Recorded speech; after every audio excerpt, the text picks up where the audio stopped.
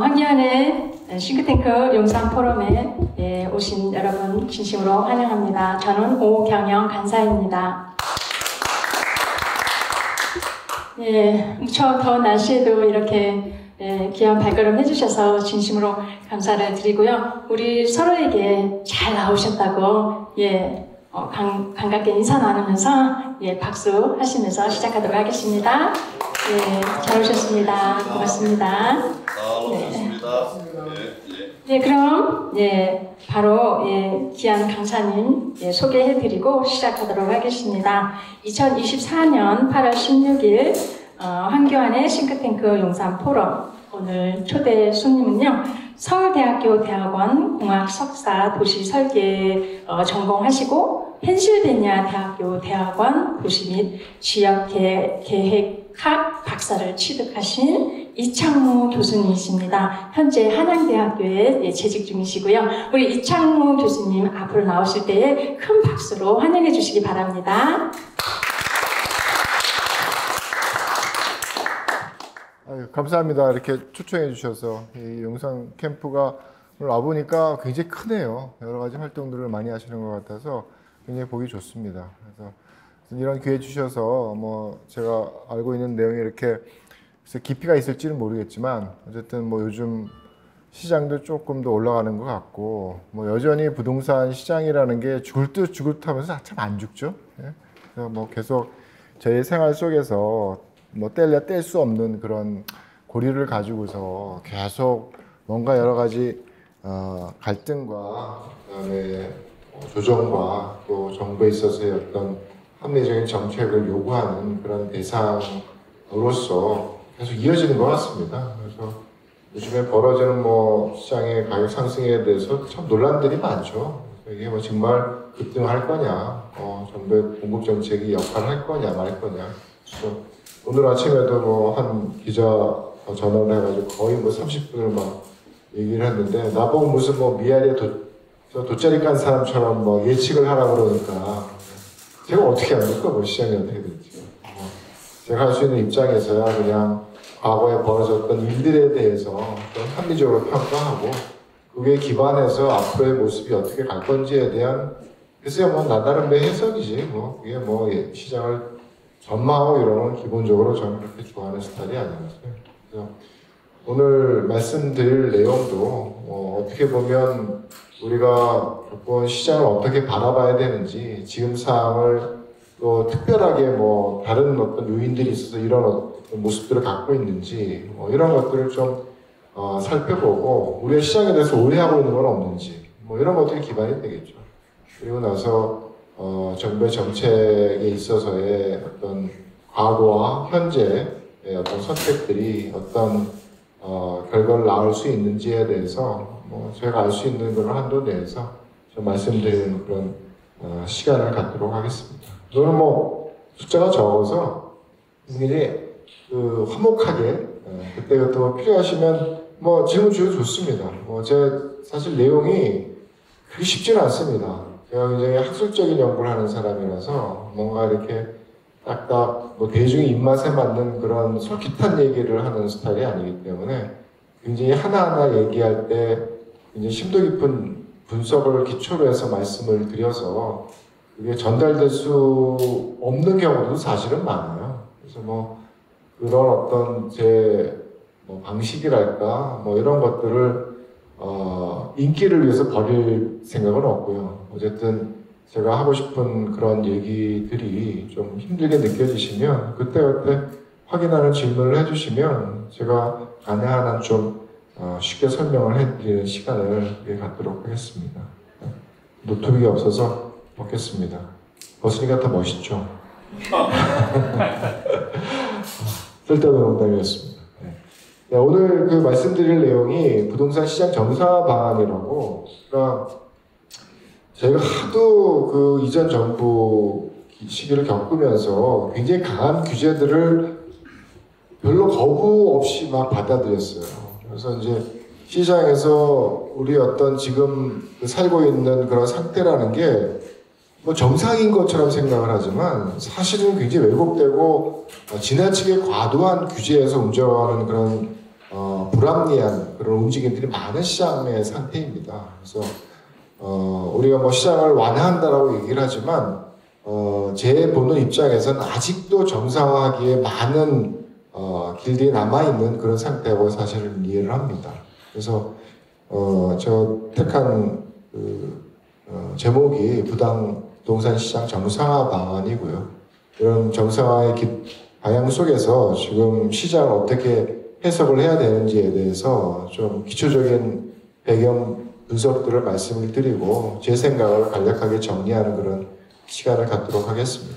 첫 번째는 주택시장에는 현황에 대해서 저희가 분석을 하는데 이 많은 부분 우리가 시장에 대해서 이해하는 부분의 기초에서 우리의 객관적인 판단이나 정서적인 반응들이 사실은 만들어지죠. 근데 우리나라 주택시장의 어떤 가격 수준이나 가격 변동에 대해서 정말 엄청나게 오른 거야?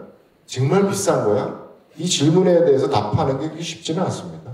막연하게 많이 오르고 비싸다고 생각하는데 과연 그럴까?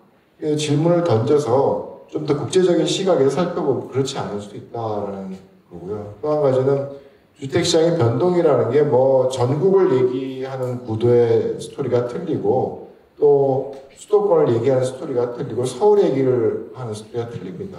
근데 이전 정부 때 발생했던 굉장히 중요한 특징이 뭐냐 하면 서울만의 독주입니다. 서울만의 독주. 그래서 왜 서울만의 독주가 발생했는지에 대해서 우리가 이해를 해야지 지금 시장에 대한 어떤 사항들을 판단할 수 있고 정책적인 신택이 좀 합리적이 될 수도 있을 것 같아요. 그리고 시장은 어떻게 됐든 수급의 문제입니다. 다만 이제 우리나라는 다른 나라처럼 단독주택이라 가격이 오르면 이제 지어야지 그래서 단독주택 지으면서 1년 내에 그냥 필요한 주택들이 만들어지는 장관의 빵이 만들어지는 그런 굉장히 빠른 반응을 하는데 반해서 우리나라는 가격이 오르는데 이제 지으려고 그러면 인허가 받아야지 안전진단 재건축 안전진단 통과해야지 실제로 만들어지고 5년 7년이거든요.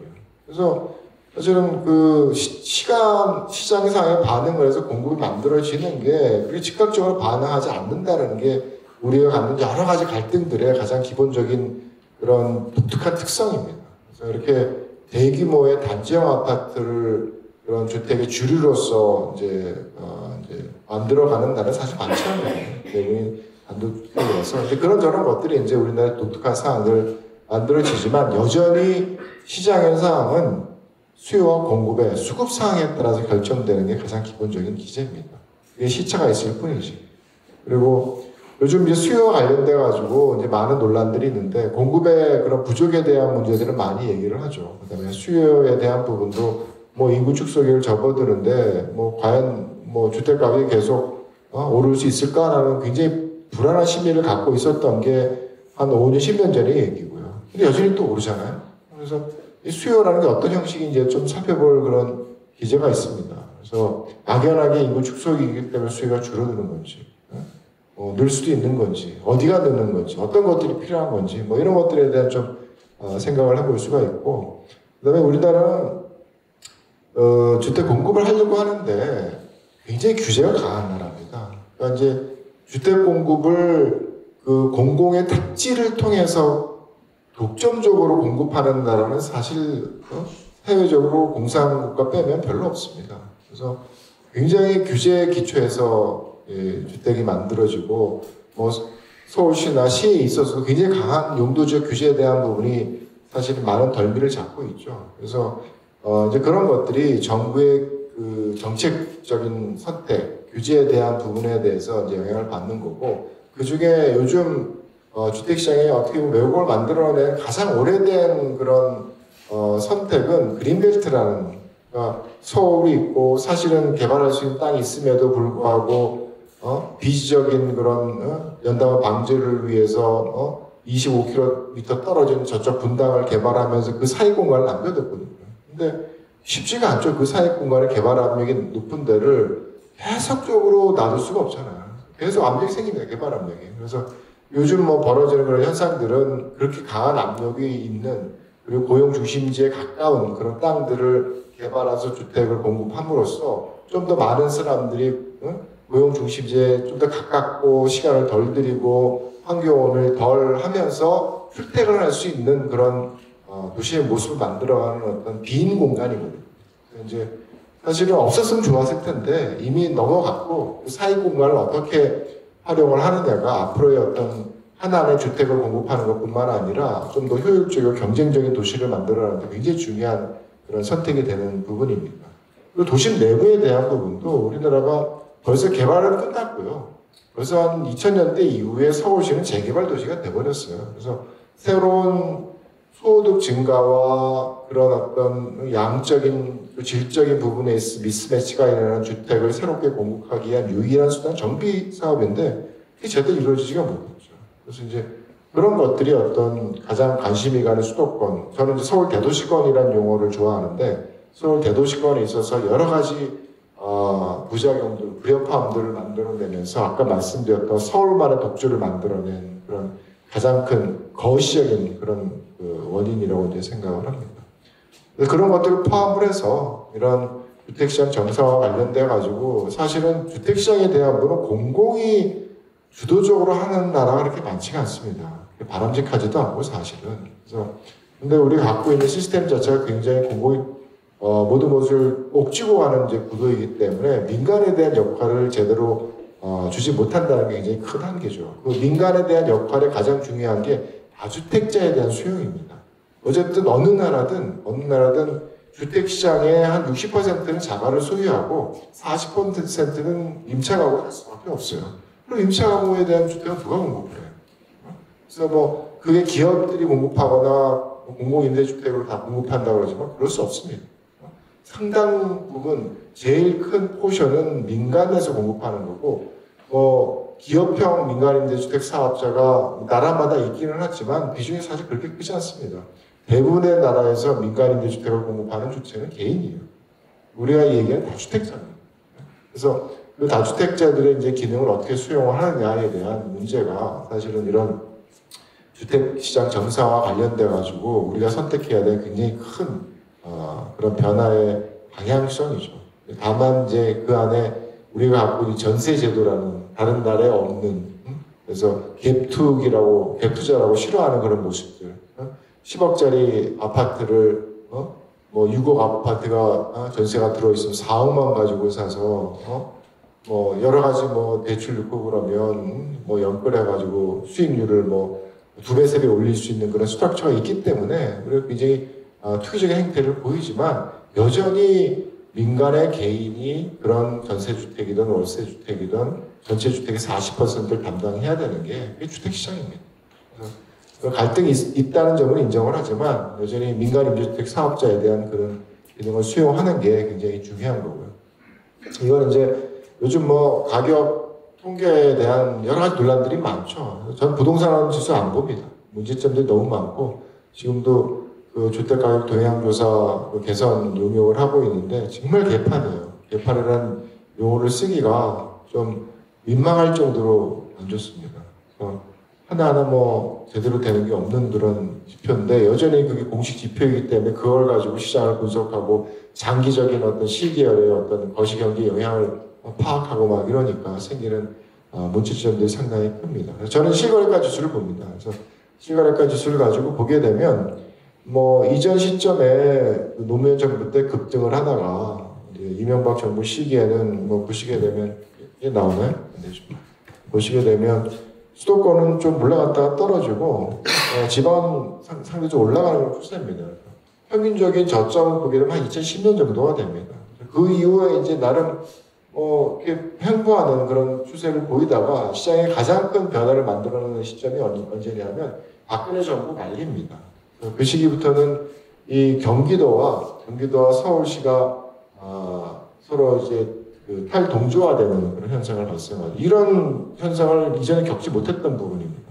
그래서 왜 서울만 그렇게 올라갔느냐? 경기도는 떨어지는데 이걸 이해해야지 사실은 시장에 대한 그런 해석이 이제 가능한 거고요. 그 이후에는 뭐 지방마다 다르게 움직이지만 2020년이 되면 초적 없는 시기로 접어들면서 다 오릅니다. 지방도 오르고 서울도 오르고 우리나라만 오르냐 해외도 다 오릅니다. 그러다가 이제 고금리 시기가 접어들면서 급락하는 그런 상황이고 요즘은 좀 횡보하는 그런 상황이죠. 그래서 최근에 많이 올랐느냐 서울이 잘 모르겠어요 저는. 그러니까 뭐 그동안 시장에서 시세 지수가 담지 못했던 그런 상승에 대한 부분을 지금만 담으려고 그러니까 원래 늦게 이제 반응을 하니까 시세 지수가 많이 오른다라고 통계가 나오지만 그조차도 사실 저는 뭐 그렇게 신뢰감이 가지 않는 상황이라고 생각을 합니다. 그래서 저는 이런 어떤 변동 추이에 대한 부분, 특히 이제 서울의 탈동조화에 대한 부분을 명확하게 이해를 해야지 시장에 대한 해석이 가능할 거고요. 그다음에 이런 그래프 익숙하지 않으시죠? 보이세요? 어떻게 읽어야 되는지 잘 모르시겠죠? 이게 저의 한계입니다. 제 한계입니다. 많은 정보를 담으려고 애를 쓰는데 제가 좀 포인트 있는 것만 말씀을 드리고 내용은 많은데 몇 가지 좀 간추려서 중요한 파트만 오늘 설명드리는 걸로 그렇게 하겠습니다. 가장 기본적인 거라 이 시장을 어떻게 봐야 되느냐에 대해서 우리나라가 이제 사실은 시세 지수를 갖고 있는 나라는 없습니다. 실거래가에 기반해서 이제 가격 움직임을 보는 게 대부분의 국제적인 그런 추세, 그럴 수밖에 없죠. 조사를 할 수 없는 거니까 단독주택 같은 경우에는. 그래서 아까 말씀드렸던 2010년의 저점 대비해서 국제적인 상승세가 계속 이어졌는데 그 기간 동안 OECD 국가들의 평균적인 상승률은 한 93% 정도 됩니다. 3%. 근데 국내 상승률은 뭐 따져보게 되면 한국의 경우에는 전국치를 공동주택 실거래가 지수를 보게 되면 한 7, 80% 올랐고요. 수도권은 조금 더 올랐고 서울은 한 100% 올랐습니다. 그래서 OECD 평균과 비교를 하게 되면 우리나라의 저평균적인 수준이 많이 오른 게 아니죠. 그리고 서울시는 평균보다 많이 올랐지만 사실 다른 나라도 국가적인 평균치를 따지고 그 안에서 대도시대 상승률은 더 올랐으니까 사실은 서울의 상승률이 사실 그렇게 높다라고만 얘기할 수 없는 그런 상황입니다. 그게 이제 이 그래프를 보여주는 거고요. 그 다음에 파란색은 뭐냐 하면 누구나가 다 올랐던 20년대 이후 초저금리 시기에 고점이 됐던 2022년 한 초중반까지의 상승률을 보게 되면 이게 파란색입니다. 대부분의 국가에서 막 20, 30%씩 올랐어요. 우리나라도 많이 올랐습니다. 그래서 뭐 평균 수준을 약간 상회하는 수준이고 서울은 그보다 조금 더 올랐죠. 한 33%. 뭐 엄청나게 더 많이 오른 건 아닌 겁니다. 그러니까 뭔가 초저금리 시기이기 때문에 결국 금리가 낮다라는 것은 같은 현흐름에 대비해서 그 현흐름이 갖는 자산의 가치가 커질 수밖에 없다라는 거예요. 그게 이제 시장에서 요즘 조정되는 과정인 거죠. 캐시플로우와 자산 가치의 관계를 조정하는 게 금리가 하락했다는 현상이기 때문에 오를 수밖에 없습니다. 그거는 우리나라의 문제도 아니고 국제적인 현상이라는 거죠. 그 이후에 벌어진 고금리 시기에 나타난 현상은 우리나라만 하락률이 높습니다. 많이 떨어졌다는 얘기죠. 다른 나라 보면 그렇게 많이 떨어지지 않았습니다. 자, 이거는 뭐 시간 넘어가고 앞에 거는 이제 얼마나 올랐느냐에 대한 변동에 대한 부분을 해석하는 거고 그럼 지금 높아? 주택 가격이 정말 비싸? 이게 수준의 문제거든요. 근데 뭐 나라마다 뭐 돈의 가치가 다 틀리니까 일일이 다 비교할 수가 없어서 그걸 이제 하는 방법이 소득 대비 주택 가격의 비율을 가지고서 얼마나 비싼지를 얘기를 합니다. 근데 아까도 말씀드렸던 것처럼 주택의 가격이라는 것을 우리나라처럼 조사를 해서 모든 재고의 시세를 가지고서 주택 가격 수준을 산정할 수 있는 나라는 없습니다. 그러니까 실거래가 거래된 자료를 가지고서 어떤 가격의 수준을 평가를 하죠. 그래서 대부분의 나라에서 거래되는 가격의 중위 가격을 가지고서 가격 수준을 대비를 합니다. 그게 분자죠. 그 다음에 분모 같은 경우에는 해당 시장에 있어서의 중위 가격을, 중위 소득을 얘기를 하는데 이것도 사실은 굉장히 중요한 게 뭐냐면 하나의 소득 대비 주택 가격의 비율을 얘기하려고 그러면 하나의 대도시권이에요, 도시권.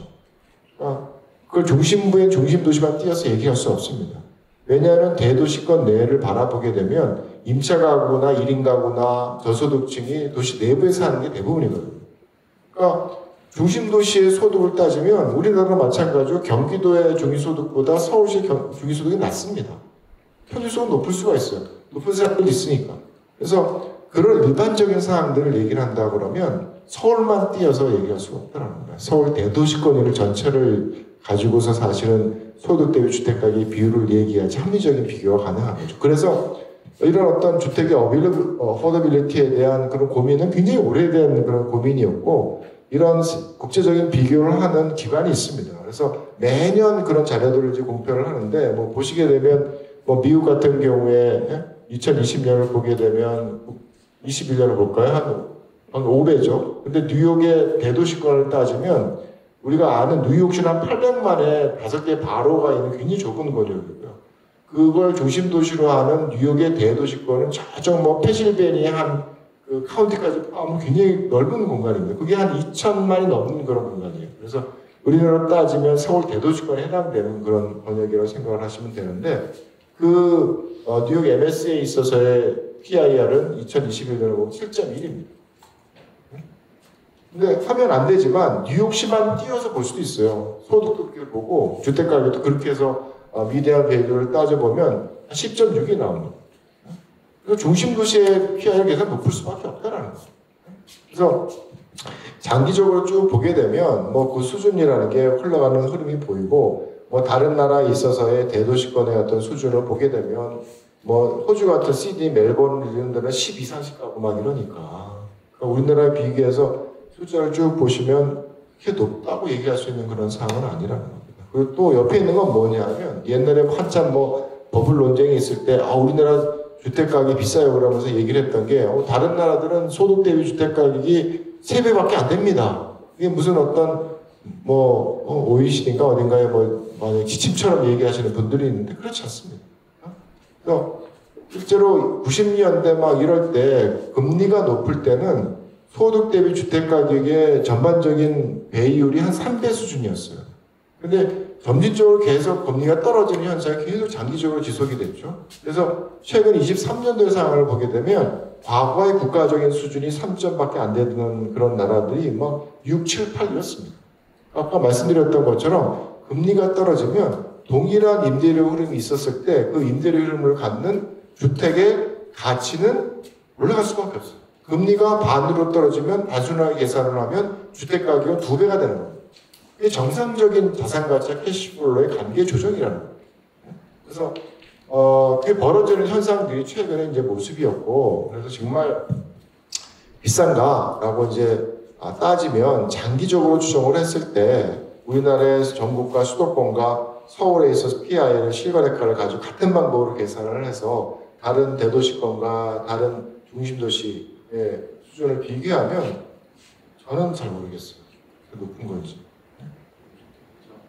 여전히 국제적인 수준의 어떤 크게 벗어나지 않은 범위에서 움직이는 그런 고도이고, 실제로 우리나라 서울 아파트, 강남 아파트 가격이 비싸다고 얘기하지만 뉴욕 가서 보면 그 가격의 수준이라는 게 엄청납니다. 특히나 뭐 센트럴 파악이 보이는 그런 콘도미엄 이런 데 가치는 엄청나게 비싸죠. 그래서 우리가 뭐 흔히 얘기하는 정말 비싸서 정말 무너져야 되는 그런 주택 가격은 아니라는 겁니다. 많이 올랐죠, 분명히 많이 올랐죠. 네. 많이 올랐다라는 게 정말 그게 잘못된 거냐, 비합리적인 거냐라고 따지면 그렇지 않을 수도 있다라는 거죠. 마음에 안 드시겠지만 자료를 보고 판단하는 구도는 그렇다는 겁니다. 자, 그래서 뭐 여러 가지 이제 가격의 움직임을 볼 수가 있는데, 저는 이제 실거래가 지수를 가지고 본다고 얘기를 했고요. 말씀드렸던 것처럼 경기도의 흐름은 안정됐다가 20년부터 이제 올라가는 그런 추세이고, 아까 말씀드렸던 것처럼 그 비탈동조화 현상이 박근혜 정부 말기에 시작을 했죠. 그래서 이제 이 원인에 대해서는 결국은 수구의 문제가 크다라고 생각을 합니다. 그래서 그렇지만 올라가는 구도 속에서도 계속 뭐 규제가 들어가면서 고가 주택에 대해서 다주택자 규제에 대해서 이제 들어가면서 나타나는 현상이 뭐냐면, 같이 가던 강북과 강남권의 가격이 격차가 더 벌어집니다. 그러니까 아무래도 고가 주택에 대해서 다주택자에서 규제를 하게 되면 강남은 더 오르게 되고요. 강북은 더 오를 수밖에 없어요. 동북권 이런데 막 연끌하는 젊은 친구들이 도노하게 아파트 사고 난리를 부렸죠. 그게 이제 이런 현상들이 어떤 한 단면인 거죠. 그래서 풍선 효과라는 겁니다. 뭔가 어디를 묶으면 그 묶은 게 모든 거를 안정시키는 게 아니라 삐집고 나와서 다른 곳을 올려버린다는 거죠. 그래서 결국 강남의 규제 효과가 커지게 되면 그 효과에 대한 그 주변에 있는 동북권도 흘러가고 막 이런다는 거예요. 그래서 실제로 이건 좀 틀린데 나중에 말씀을 드리고요. 그 해당 기간 동안에 발생했던 상승률을 보게 되면 서울시에 있어의 아파트에 대한 부분은 덜 오르고 경기도로 스피로버가 발생을 하는 거고요. 서울로 보게 되면 동남권의 아파트는 34%, 동북권의 아파트는 53% 오르습니다. 그다음에 대형을 누르니까 소형이 올라가고 서울시의 연립 다세에 대한 부분은 어쨌든 아파트에 대한 부분으로 이제 올라가는 그런 구도 속에서 이제 발생하는 그런 현상들이 이루어지게 되는 거죠. 아파트에 대한 연립 다세도 넘어가는. 그래서 시정이 어딘가를 규제를 하면 다른 곳으로 스피로버와 확산효과가 오르날 수밖에 없다라는 거고 이게 우리가 겪고 있는 지속적인 경험입니다. 그래서 뭐 이런 현상에 대해서 매매 시장에서 나타나는 것뿐만 아니라 이 매매 전월세 시장에도 이제 여러 가지 정책적인 효과들에 있어서의 부작용들이 발생하는 구도이고 전세값도 많이 올랐죠. 전세값도 뭐 앞에서 봤던 것처럼 서울 경기도의 흐름은 상당히 매매가처럼 안정되다가 올라가는 추세이고 서울의 전세가 지속적으로 오르는 거죠. 여기 어떻게 보면 서울의 상승세가 단순하게 투기라기보다는 이용 가치에 반응하는 그런 움직임이었다고 볼 수 있는 또 하나의 이제 근거가 되는데 어쨌든 전세가의 가장 큰 급등을 만들어낸 원인은 정부의 전세 대출을 확대한 부분이 굉장히 큽니다. 그래서 그 시기 이후로 굉장히 급격한 그런 상승세를 보였고 그러다가 이제 또다시 막 급등하는 그런 현상이 발생했던 시기가 노무현 정부 때 70 대책으로 해서 문재인 정부죠. 막 정부를 헷갈리는데 노무현 정부 때는 3%의 종부세였는데 문재인 정부 때는 70 대책으로 세율이 6%가 상한이 됐어요. 그래서 사실 말도 안 되는 세율인데 어쨌든 뭐 그걸 수용을 했습니다. 그래서 그 위에 나타나는 현상이 이제 재산세에 대한 정가 효과에 대한 부분이 사실은 발생을 하게 되고 또 이후에도 전월세 상한제를 도입하면서 갱신할 때 올리지를 못하니까 먼저 올리는 그런 선택들이 막 진행이 되면서 전세가의 급등이 발생하는 그런 시기가 2020년대 전월세 이루어지게 된 거죠. 최근 보게 되면 좀 안정적인 상승세 하락 이후에 구도를 보입니다. 그 다음에 월세에 대한 부분도 참 어떻게 보면 드러나지 않는 심각한 그런 구도인데 이게 사실은 재산세 전가 효과라는 게 전세는 사실 애매해요. 이게 자산이니까 어쨌든 부채이고 자산이기 때문에 이 효과에 대한 부분을 측정하기 쉽지 않은데 재산세에 대한 전가 효과에 대한 부분, 현금에 대한 전가 효과가 사실 크죠. 월세를 올리는 그런 구도니까. 근데 최근에 보게 되면 월세 상승세가 과거에 경험했던 거에 비해서 뭐 거의 뭐 30% 이상 올랐으니까 이거를 무시할 수가 없는 거죠. 재산세의 전가 효과하고 전월세에 있어서의 어떤 상승 효과에 대한 부분이 지속적으로 발생하고 있는 시장이고 이 경험을 또 언제 했냐면 노무현 정부 때 했어요. 노무현 정부 때 종부세를 도입하고 나니까 그동안 잠잠했던 월세가 한 20% 올랐습니다. 그 이후에. 그래서 두 번의 사실은 경험을 했어요. 여러 가지 규제가 만들어내는 효과에 대한 부분들을 한 번 했으면 갸우뚱한데 두 번 하니까 이제는 뭐 어쩔 수 없이 인정할 수밖에 없는 것 같아요. 제 입장에서는. 그래서 뭐 좀 더 그 아카데믹한 그런 분석을 준비를 하고 있는데 어쨌든 뭐 시장의 어떤 추세로 보는 그런 구도는 그렇습니다. 자, 그래서 이런 가격 상승과 관련돼서 실제 시장에서 벌어지는 이제 일들을 보게 되면 가격이 막 오르는 시점에 사실 공급이 늘었어야 되는데 이 문재인 정부 때 공급이 부족하지 않다라는 굉장히 잘못된 그런 판단을 하는 바람에 실제로 벌어지는 현상을 보시게 되면 수도권의 인허가 물량은 계속 감소하고 서울시도 마찬가지입니다. 근데 서울시의 어떤 영향에 대한 부분은 사실 문재인 정부보다 박원순 시장 시기에 있었던 영향이 상당히 큽니다. 그래서 정비 사업을 포기해버리고 도시지상으로 올인을 하면서 사실 박원순 시장 시 장기적으로 보게 되면 뭐 규제 때문에 부분적으로 느는 시기도 있었지만 전체적으로 굉장히 감소하는 그런 현상이 이 시기에 발생을 한 거죠. 굉장히 누적된 공급 부족 물량이 많습니다. 한 10년 동안 벌어졌던 그런 일들이 뭐 정비 사업에 신규 지정이 하나도 없었으니까 그런 것들이 이제 시장이 굉장히 왜곡된 그런 구도를 나타내고 걱정스러운 부분은 그런 인허가 물량의 부족에 더해서 그 건설 단가가 상승을 하니까 실제로 그 건설을 하고자 하는 그런 욕구가 사라져 버렸어요. 인허가를 받아야 돼서 착공을 안 합니다. 그래서 수도권의 착공 물량은 급강을 했고요. 알 수 있는 기간 동안 최저입니다. 서울도 마찬가지입니다. 이게 심각합니다. 착공 물량. 그래서 이 착공 물량에 대한 그 급감의 문제가 앞으로 뭐 2년, 3년 뒤에 굉장히 주목 물량의 급감으로 사실 나타나겠죠. 그래서 이제 불안 요인이 있는 시장이라고 말씀드릴 수가 있고요. 어쨌든 준공 물량은 수도권은 그런 대로 뭐 유지를 하는데 서울시의 경우에는 여전히 급감하는 그런 상황이라서 이 우리가 얘기한 똘똘한 한 채가 너무 부족한 시장을 만들거든요. 특히나 이제 인구 축소하게 되면 누구나가 생각하기에 그래 도심은 살아남을 거야 라고 생각을 하는데 그곳에 지어질 수 있는 주택이 힘이 있음에도 지어지지 못하겠습니까? 이제 이런 상황들을 만들어내는 거죠. 그래서 앞으로의 상황이 어떻게 될 거냐? 어쨌든 뭐 몇 년 동안은 상당히 적은 물량의 이제 입주 예정 물량이 있는 수준이 과거로 보게 되면 상당히 높습니다. 한 4만 가까운 호 정도의 수준이 만족스럽지는 않지만 있었는데 그나마 이제 못하는 상황이라서 상당히 좀 부족한 상황이 이제 벌어질 것 같고요. 그다음에 이건 뭐냐면, 그러니까 가격이 오른다라는 걸 우리가 어떻게 해석을 해야 되느냐, 어떻게 반응을 해야 되느냐의 문제입니다. 이게 이제 미국의 경우인데 가격 상승률이 변동률 기간으로 따지게 되면 뭐 높을 때도 있고 낮을 때도 있고 떨어질 때도 있고 이러죠. 근데 보시게 되면 가격이 오르는 시에 착공 물량이 늘어납니다. 그리고 우리가 원하는 자가일도 가격이 오를 때 착공 물량이 늘어나 주택이 많이 지어지면서 자가율이 올라갑니다. 가격이 오른다고 다주택자를 규제를 해서 그들이 팔게 해서 자가율을 높일 수가 없어요.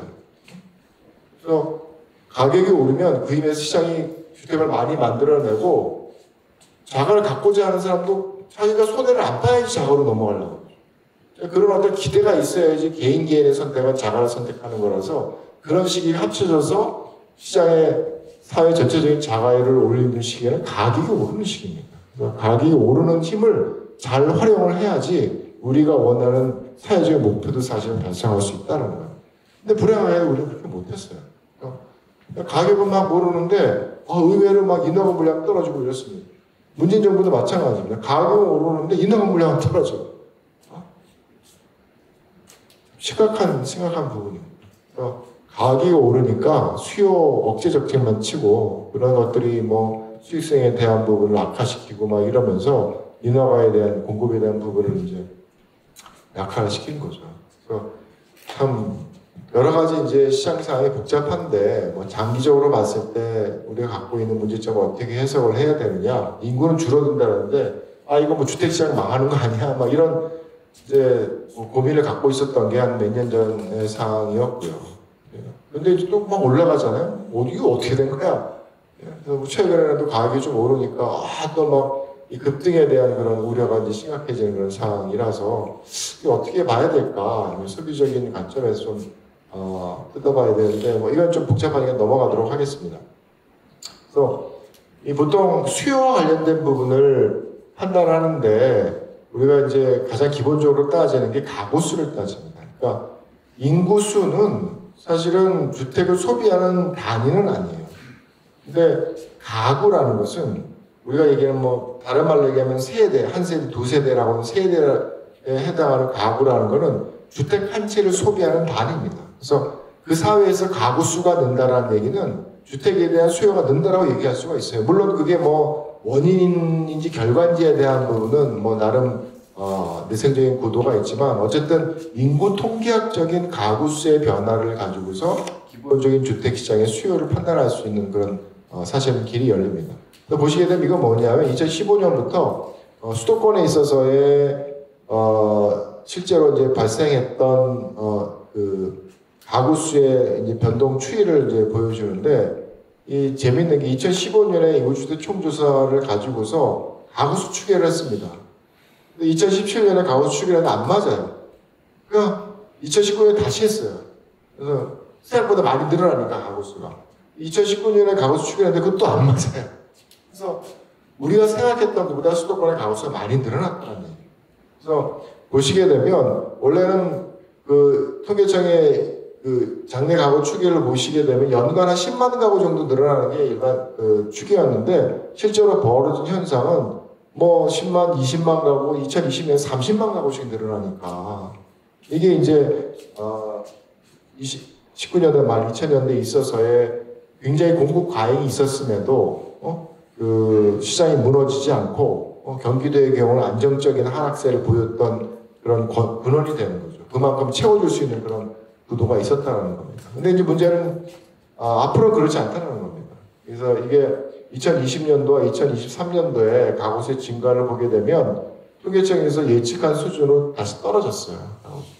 그래서 수요에 대한 부분 우리가 생각하는 것만큼 2010년대 말 2020년 전후에 있어서의 급격한 그런 가구 분야에 기초한 수요 증가를 예상할 수 있는 사항은 아니라는 거고요. 그래서 뜯어봤습니다. 과연 17년부터 2021년까지 있었던 엄청난 가구수의 증가라는 거에 기초가 뭐였냐 뜯어보게 되면 연령대로 따지면 노년 1인 가구는 기본적으로는 1인 가구의 증가가 대부분을 차지합니다. 30만 가구 늘었는데 그 중에 1인 가구 증가가 한 27만 원을 차지해요. 그러니까 1인 가구 증가가 가구 수의 가장 근본적인 원인이었다는 거죠.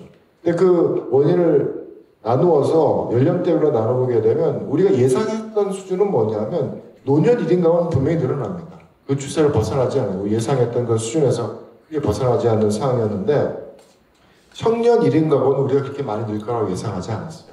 그래서 굉장히 제자리 걸음의 그런 상황을 얘기를 했었는데 실제로 벌어진 상황을 보니까 한 2020년에는 청년 1인 가구만 10만 가구가 늘었어요. 엄청나게 이제 증가한 그런 양상이라서 이런 우리가 살펴봤던 젊은이들의 연끌, 가구 분화, 사실은 부모님과 같이 살아야 되는데 따로 나가서 사는 분가, 막 이런 것들이 좀 과도하게 발생한 그런 이제 현상들이 시장에서 이제 수요를 채웠던 그런 구도인 거죠. 그래서 그런 어떤 청년층의 가구 분화할 여지가 있느냐라고 따지면 이미 가구 분화를 많이 해서 사실은 그렇게 큰 여지가 없다라고 생각을 합니다. 그래서 생각보다는 수요 증가에 대한 부분에 한계가 있다라는 거고, 이건 이제 우리가 뭐 서울시에 있어서 인구가 줄어드니까 수요가 줄어든다라고 얘기를 하는데, 서울시 인구는 서울 대도시가 중심 도시이기 때문에 사람들이 선호하는 입지라 그러면 주택을 얼마 짓느냐에 따라서 인구의 변화나 가구수의 변화를 만들어낼 수가 있어요. 근데 그만큼 수요가 많았음에도 불구하고 서울시 인구가 줄고 세대수의 증가가 그렇게 크게 늘지 않았다라는 것은 공급이 부족했다는 현상에 대한 반증인 거죠. 그래서 그 또 하나의 이제 시장에서의 어떤 수급상을 직접적으로 볼 수 있는 지표가 뭐냐면 공실률입니다. 여러분들 상가에 뭐 이 수요와 공급의 미스매치가 얼마나 수요가 부족하냐를 하고 공급이 많냐를 따지려고 그러면 1차적으로 보는 게 뭐예요? 빈 공간이 얼마나 되느냐, 빈집이 얼마나 되느냐를 보는 게 가장 기본적인 직접적인 지표죠. 그래서 과거에는 그걸 5년마다 한 번씩 인구주택 총조사에서 했는데 요즘 매년 합니다.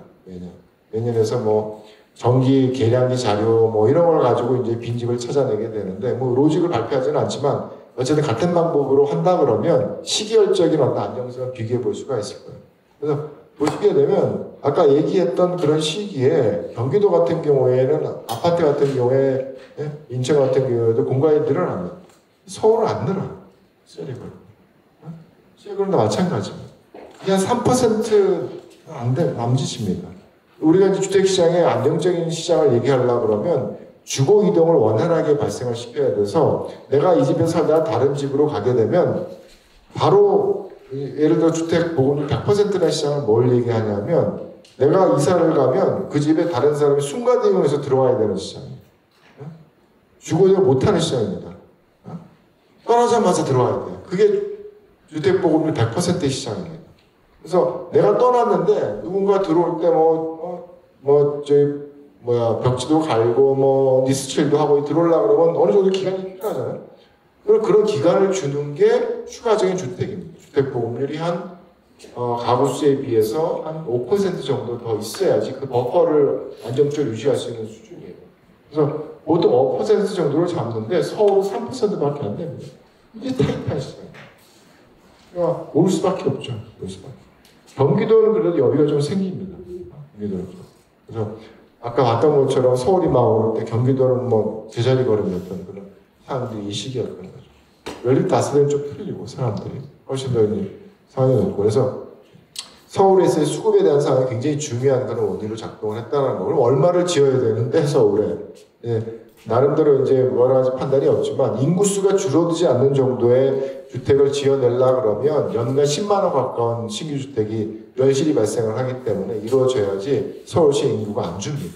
왜냐하면 가구 분화가 계속 이루어져서 가구당 가건수가 줄어드는 효과가 있기 때문에 그런 것들 감안해서 생각을 한다 그러면 굉장히 주택 공급이 부족했다라는 거죠. 그러니까 주택 공급의 부족을 만들어냈던 여러 가지 원인 중에 하나가 뭐냐면 박원순 시장의 정비 사업에 대한 그런 추후 전략입니다. 도시에 올인을 해가지고 정비 사업이 진행되는 것들을 다 털어버렸거든요. 그래서 그 해제된 구역에서 공급될 수 있는 물량이 한 26만 호가 됐는데 아파트가 지금의 용적률이나 지금의 기준으로 따지면 이게 뭐 30만 원, 40만 원가 됐겠죠. 근데 이제 그걸 이제 다 포기를 해버렸으니까 결국 공급이 부족한 그런 상황이 돼서 지금의 이제 문제점이 이루어지는 그런 상황이 됐다라고 얘기를 합니다. 그래서 이게 뭐 한 곳에 있어서의 주택을 공급하느냐 어떻게 공급하느냐의 문제가 아니라 사실은 한 대도시권에 있어서의 어떤 우리가 겪어야 되는 어떤 경제적인 부담, 뭐 좀 더 그 전문적인 용어로 하면 토지 이용의 효율성에 대한 부분입니다. 그래서 이게 앞으로 인구 축소가 되는 구도에서 이 도시권이 갖는 그런 공간이 초래하는 여러 가지 비용들을 합리적으로 조정을 해야지 살아남을 수가 있거든요. 근데 서울 대도시권의 모습을 보게 되면 2000년대, 2020년대 인구 밀도를 보게 되면 동 단위로 하면 막 쓰지 않은 공간들이 있고 막 산이 있고 이러기 때문에 인구 밀도를 제대로 보여주지 못합니다. 그래서 직계고 단위로서 보여주게 되면 뭐 이런 식의 변화가 있었고 주로 이제 남쪽에 주택의 공급이 이루어졌죠. 뭐 이런 하남시 같은 곳도 이제 발생한 구도이고요. 그래서 고용과 이제 비교를 해서 보게 되면 늘어나는 곳이 좀 남쪽이라는 거예요. 서울시 쪽은 늘지 않았어요. 인구가 감소하는 밀도 감소하는 구도인 거고 그렇다고 고용이 외곽으로 나가지 않습니다. 고용은 여전히 물론 부분적으로 약한 색깔의 그런 여기 판교입니다. 판교 같은 경우는 어떤 이런 인구 변화에 있어서 사실은 중심지의 성격을 갖게 됐거든요. 거처럼 외곽이 아니라 그런 거가 담겨 있는 거고, 그래서 기존에 있어서의 어떤 인구 밀대, 고용 밀대 변화에 수용하는 그런 구도는 아니라는 거고, 이거는 이제 우리나라에서의 그 중심 도시로부터의 거리에 따른 인구 밀대 패턴입니다. 굉장히 얕하죠. 뚱뚱합니다. 근데 우리가 이번 그 올림픽을 했던 파리만 보더라도 중심은 굉장히 높습니다. 외곽으로 굉장히 급하게 떨어져요.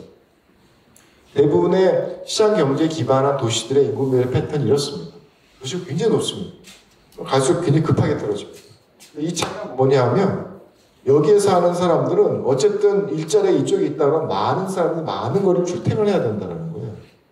그래서 이게 뭐 주택의 어떤 어디에 한 채 두 채 짓느냐의 문제가 아니라 이런 것들이 이제 합쳐지게 되면 도시 공간 구조에 있어서 그 낭비적 통과 관련된 이슈가 연결이 된다는 거죠. 근데 우리가 어쨌든 뭐 여러 가지 장기적인 그런 구도 속에서 이제 만들어낸 그 인구 밀도의 패턴이라는 게 다른 어떤 경쟁적인 대도시들과 비교했을 때 좀 불안한 측면이 뭐냐 하면 대부분의 이제 도시들 중심부가 인구 밀도가 굉장히 높고요. 밖으로 나갈수록 인구 밀도가 굉장히 많이 떨어집니다.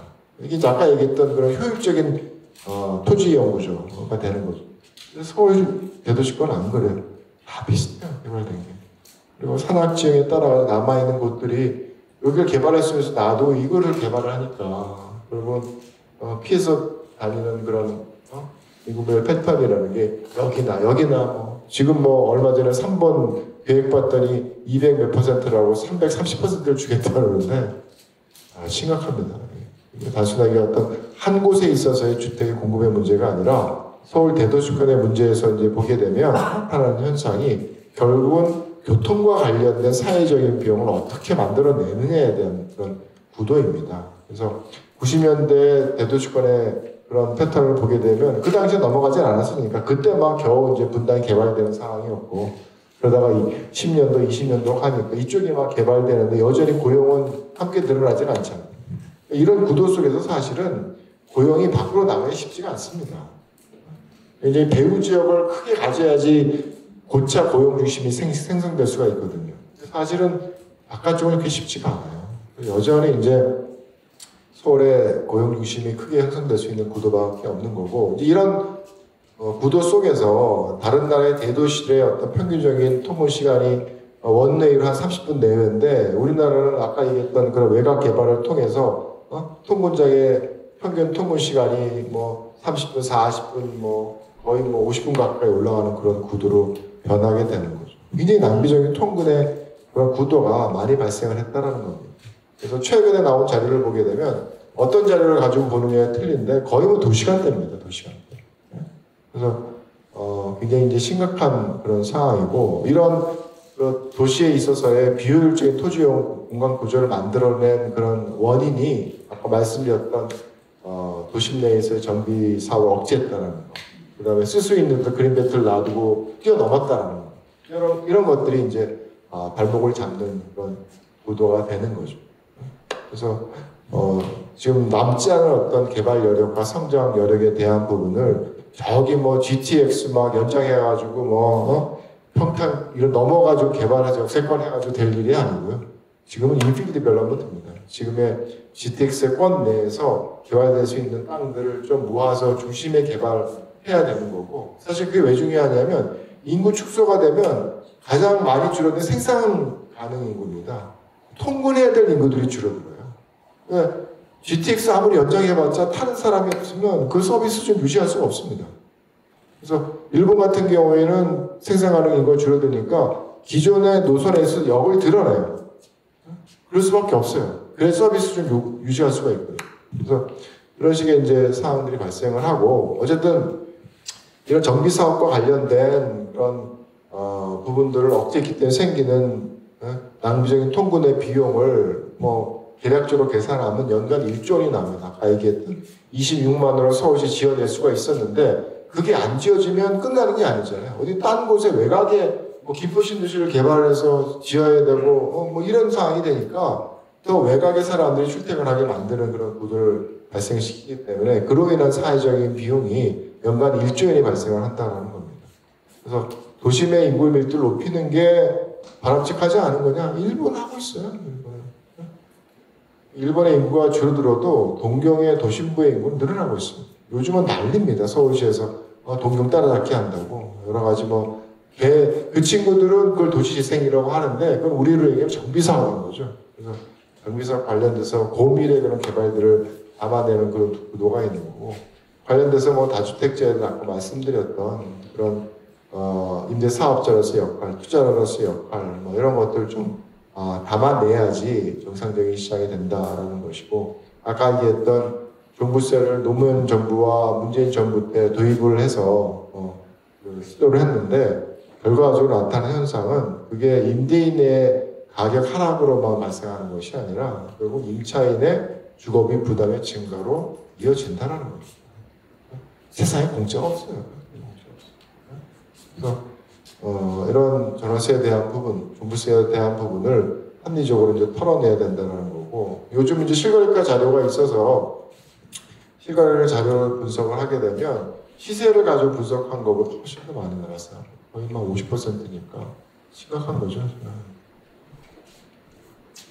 자, 어려운 그래프 보면서 들으시느라고 고생이 많으십니다. 좀 이해는 되시나요? 너무 딴 세상 얘기하는 것처럼 들리시는 않으시는지. 네. 그래요? 졸리신 분도 있으신 것 같아요. 제가 또 지켜보고 있습니다.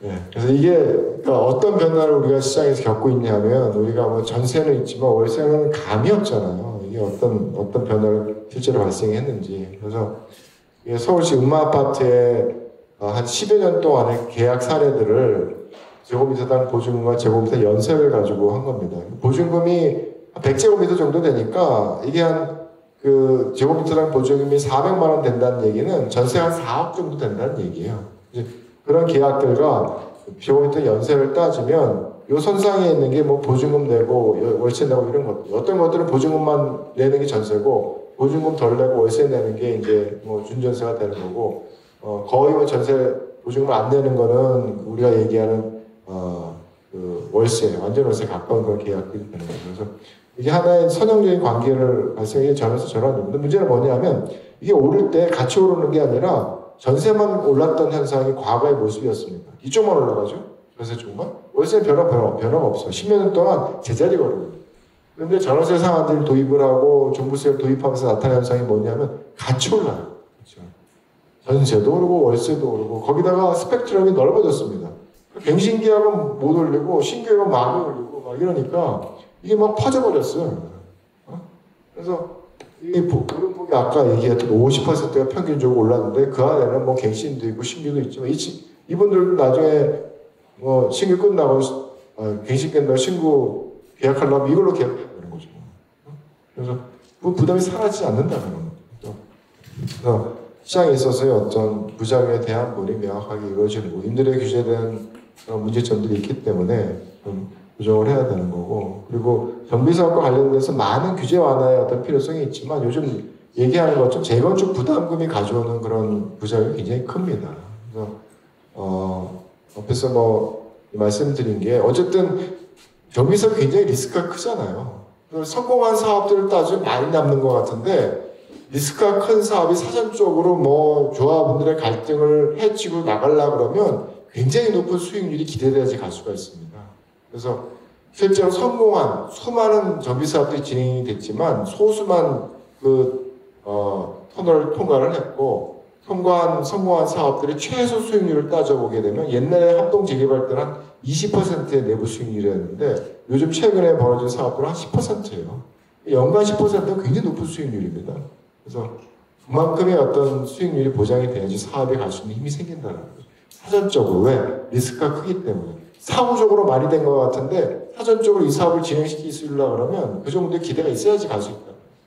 그래서 우리가 뺏어 올 수 있는 개발의 수준이 높지 않다는 거고 이제 그런 구도에서 가장 발목을 잡는 게 재건축 부담금이라는 거죠. 그래서 산시골보다는 여러 가지가 있는데 결국 정상 주택 상승분에 대한 걸 빼고 이제 계산을 해서 이게 뭐냐에 따라서 많이 달라지거든요. 근데 이게 이제 단순한 문제가 아니라 그 통계 문제가 굉장히 연결되어 있습니다. 부동산의 통계 지수를 보기에는 얼마 안 올랐어요. 거의 뭐 한 20, 30% 10년 동안 올랐는데 국민은행 지수로 하면은 60% 올랐고 실거래가 지수로 하면 100% 이상 올랐습니다.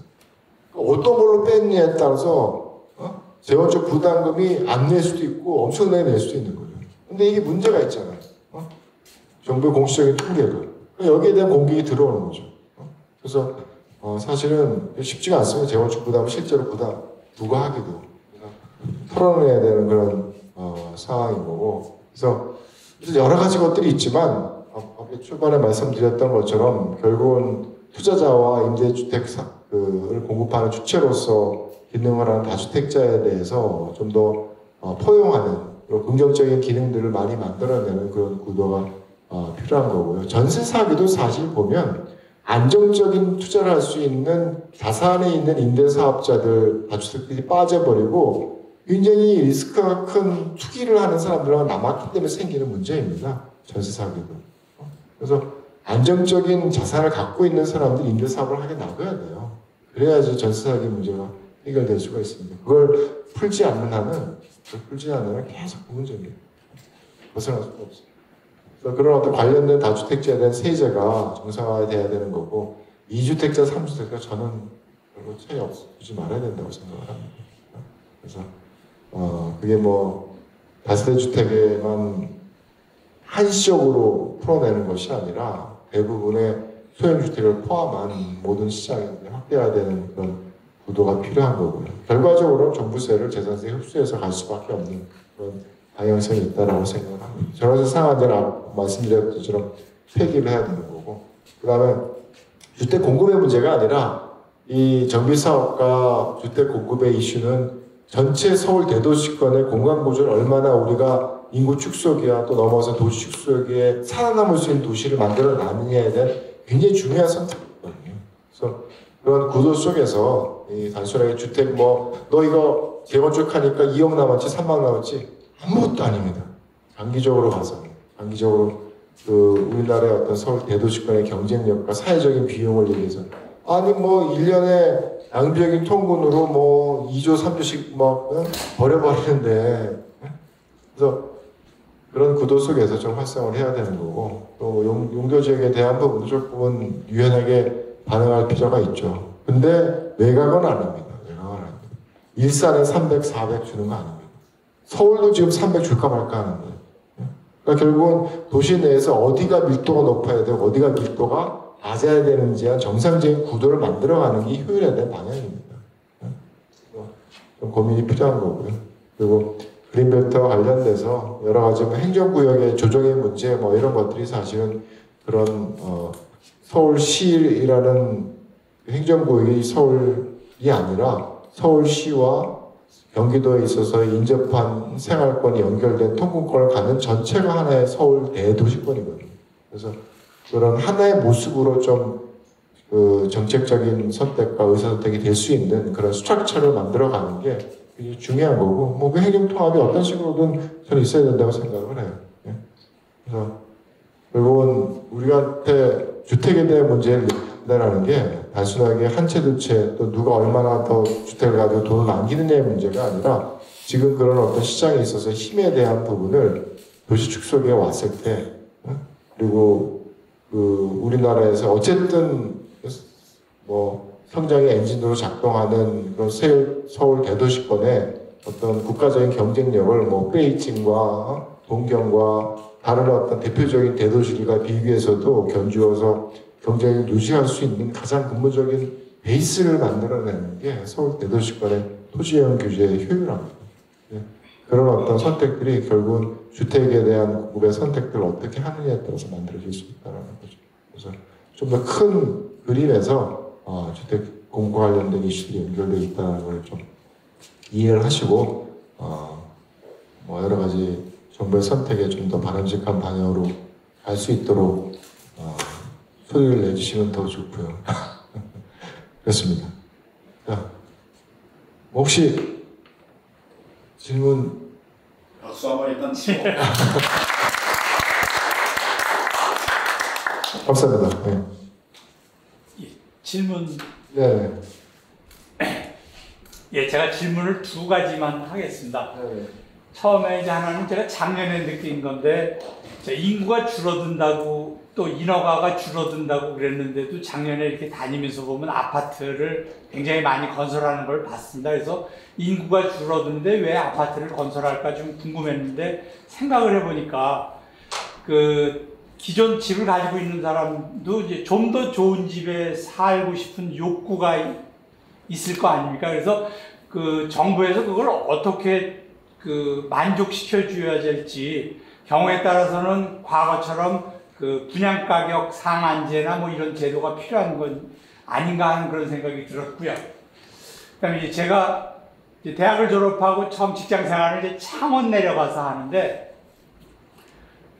당시에 보면은 이제 부장들은 다 창원에서 기러기 생활을 했습니다. 식구들 다 서울에 올려보내고, 저는 이제 처음 지방 생활을 하다 보니까, 여기를 어떻게 벗어나느냐가 문제였고, 과장쯤 돼서 이제 애들이 크기 시작하니까, 여기를 어떻게 탈출하는 게 큰 과제였었습니다. 그래서 용케 기회가 있어서 이제 서울로 올라오긴 왔지만, 그 전까지 공장에서 쌓았던 커리어는 다 이제 포기를 하고 올라왔었습니다.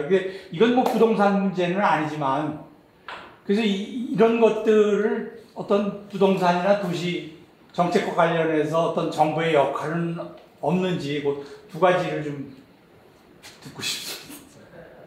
예. 인구가 줄는데 주택, 아파트는 더 지어야 된다는 얘기는 아까 말씀드렸던 것처럼 주택의 소비 주체가 한 사람 한 사람이 아니라 가구이기 때문에 봤던 것처럼 계속적으로 인구는 2018년부터 아마 줄고 있는 걸로 나오는데 올해 인구주택 총주사를 보게 되면 늘었죠, 인구가. 근데 이 늘어난 이유가 외국인이 늘어서 이제 발생한 현상이라서 사실은 그런 추세가 앞으로 계속될 것 같아요. 외국인은 저희가 어떻게 수용하느냐에 따라서 사실은 많은 부분 달라질 거라고 생각을 합니다. 어디 있었나?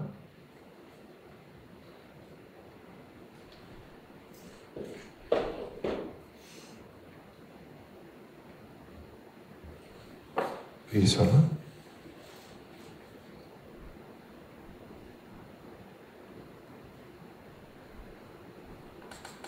그렇죠. 그러니까 이게 보시게 되면 그 가구수 추계가 수도권에 인구는 2018년부터 사실은 줄어들지만 가구 수계는 계속 늘어요. 그래서 2030년까지도 거의 뭐 연간 한 10만 가구가 늘어나는 그런 추세니까. 그러니까 어떻게 보면 나이 드신 분들은 그렇게 옛날처럼 수명이 짧지 않으시고 계속 이제 시장에 남아 계시는 거고, 그 다음에 요즘 뭐 좀 삐끗하면 다 그냥 분가해버리잖아요, 애들이. 분가를 시키기도 하고, 부모들이. 뭐, 집 만들어준다고 막, 연끌시키기도 하고 막 이러니까. 근데 그런 과도한 움직임이 있었던 게 이제 과거 말씀드렸던 연끌시키게 했던 2020년, 뭐 19년 이 시기의 문제인 거죠.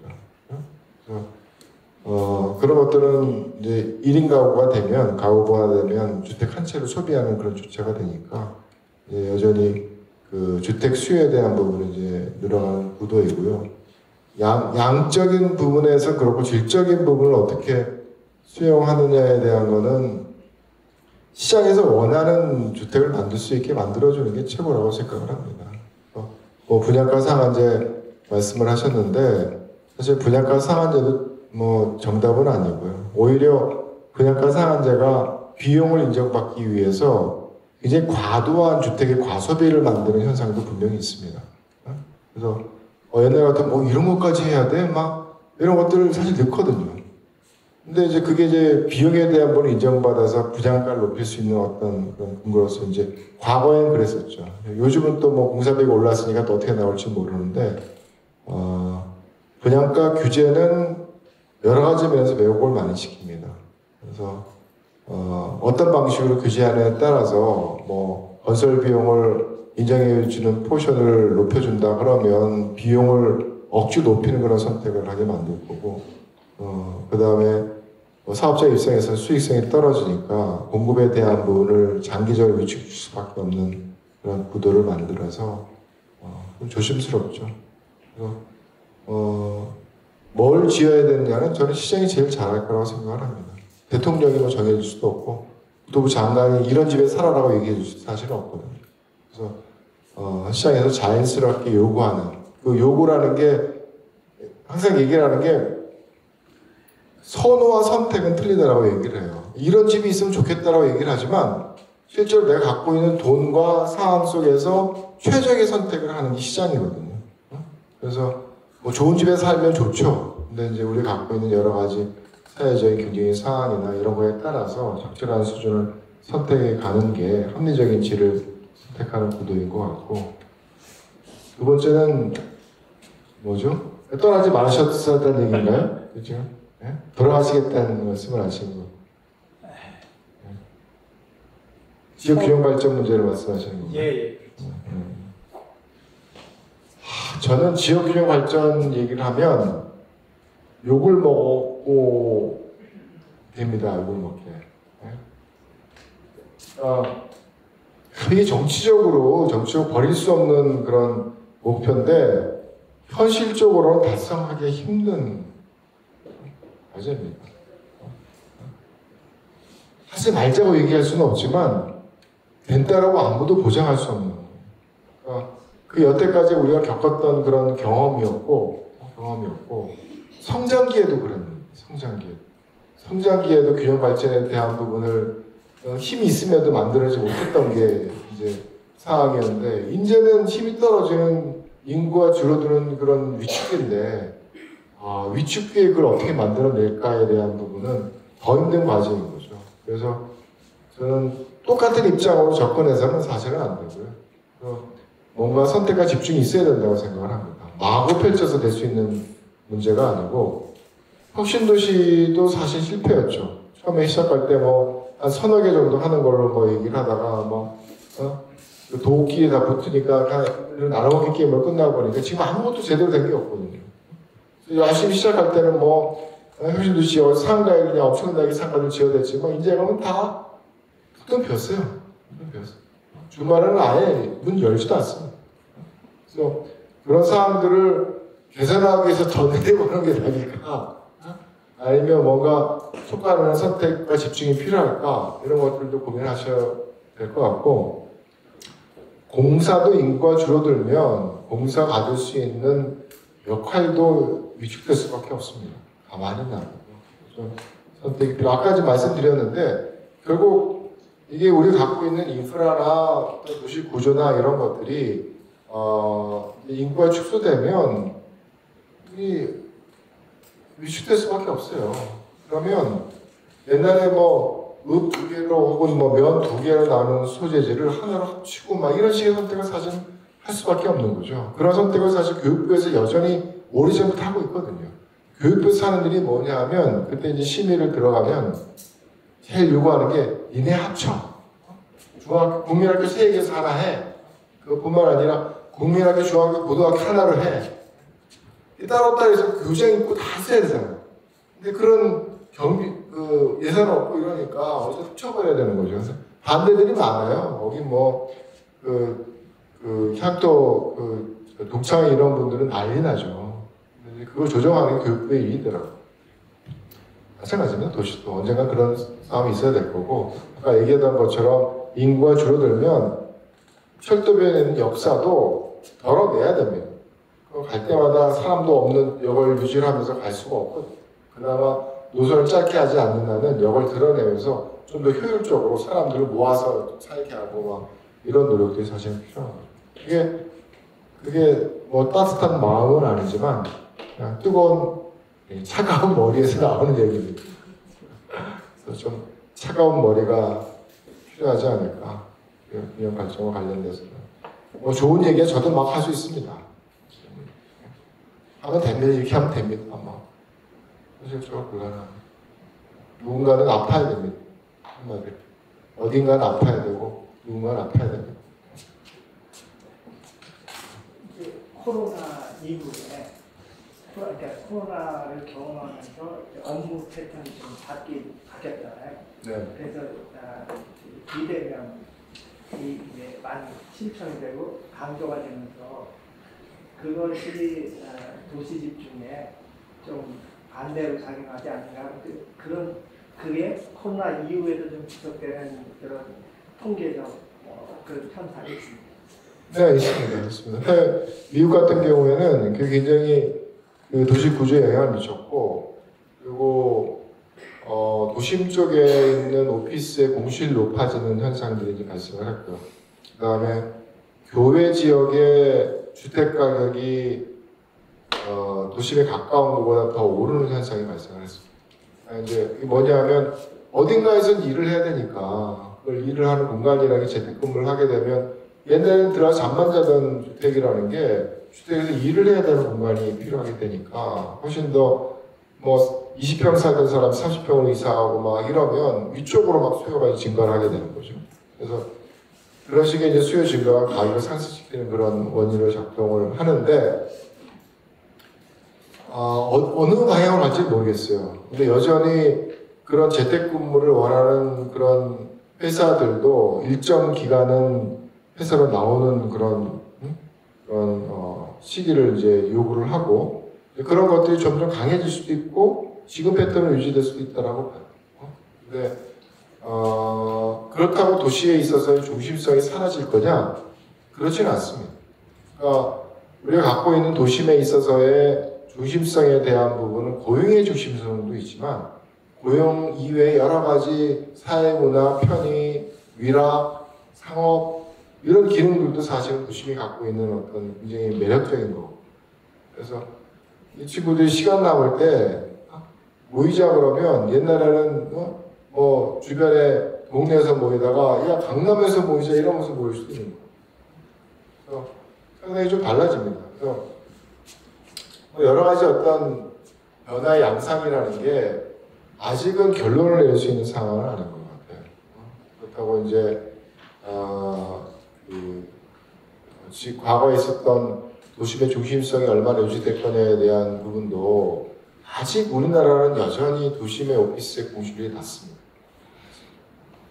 왜 그런지 모르겠어요.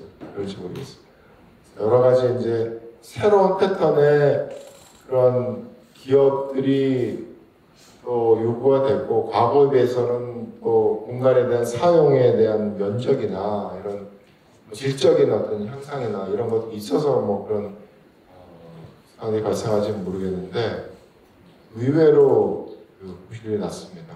해외 투자자들이 이제 국내 여전히 많이 올랐음에도 불구하고, 그리고 이제 자산 가치 대비 임대 수익가의 관계거든요. 여전히 이제 경쟁력이니까 다른 나라에 비해서 들어오겠다는 그런 그래서 좀 살펴봐야 되는데, 가더라도 이런 그 인포메이션 테크놀로지가 주는 효과에 대한 어떤 공간 변화에 대한 부분을 얘기하는 가장 적절한 그런 단어는 집중화된 분산입니다.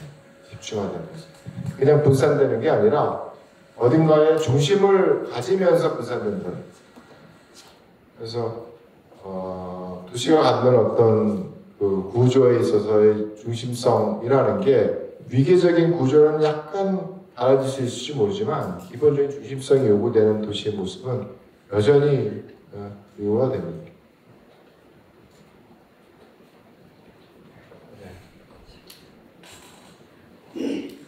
누가 사회를 보고 있습니까? 저는 네, 괜찮습니다. 질문 있는 집을 좀 받아. 네, 질문 저는 그 약 2년 반 정도 남은 정권 변동에 의한 그 착공률에 따른 그런 비용, 착공을 할 수 있느냐, 착공을 하지 못하느냐에 대한 그 비용 문제가 궁금하고요. 그다음에 이제 향후 우리가 주택이 사용 가치냐, 소유 가치냐, 어디에다가 초점을 맞춰야 할지 우리 시민들은 관심을 많이 갖고 있거든요. 왜냐하면 그 정권이 변동되는 거에 따라서 우리가 이제 예를 들어서 사회주의나 공산주의로 많이 진입한다면 우리 그 주택이 국유화한다는 그런 비전을 갖고 있는 부분도 있거든요. 그래서 이럴 때는 우리가 어떻게 대비를 해야 되는지 그것도 한번 여쭤보고 싶습니다. 그거 못합니다. 여기 용산 개발이 좌초된 이유가 뭐냐면 그 앞에 한강을 가로막고 있는 몇 동 안 되는 아파트를 어떻게 할 수 없어서 그렇게 됐거든요. 그걸 이제 어떤 식으로든 좀 부셔가지고 한강으로의 길을 팍 열고 싶었는데 전에 오세훈 시장이 그 가치가 얼마인데요. 그 돈을 누가 갚나요? 거기 주민들이 원하지도 않고. 그 몇 채 안 되는 아파트도 그런데 어떻게 그 자리를 구경합니까? 그 나라에서. 그런 일은 있을 수 없는 일이라고 생각을 하고.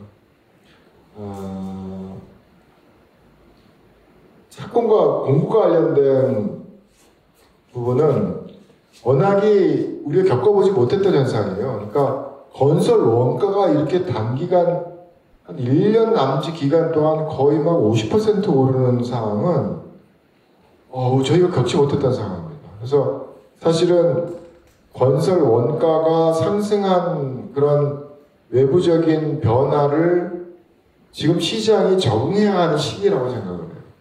그래서 아까 봤던 착공 물량이 엄청나게 줄어들었죠. 그게 시장이 반응하는 겁니다. 힘드네, 짓기 힘들어, 돈 많이 드는데 장사도 안 되고 안 지어요. 그럼 결국 시장에는 공급이 줄어들면 가격이 오르죠. 가격이 오르면 그 비용을 들이고 주택을 지을 수 있는 여건이 되는 거예요. 그래서 여러 가지 것들이 있습니다. 이제 그런 구도 동안 굉장히 토지 가격을 비싸게 사고 사업을 하던 사람들이 건설 비용을 따지면 안 맞는 장사니까 사업을 안 하다가 뭐 개중에 어떤 기업들은 꼬꾸라지겠죠. 그럼 그 토지 가격에 대한 가격이 떨어질 수가 있습니다. 그럼 토지 가치가 재조정되는 기간이 돼서 누군가 망하면 누군가 망하면 거기서 다시 시작하는 거죠. 사실은. 네? 그래서 이제 조정이 되는 그런 조정의 과정이 한 몇 년은 진행이 될 겁니다. 그게 뭐 PF 사업의 분기라도 하든 어쨌든. 네. 그만할까요?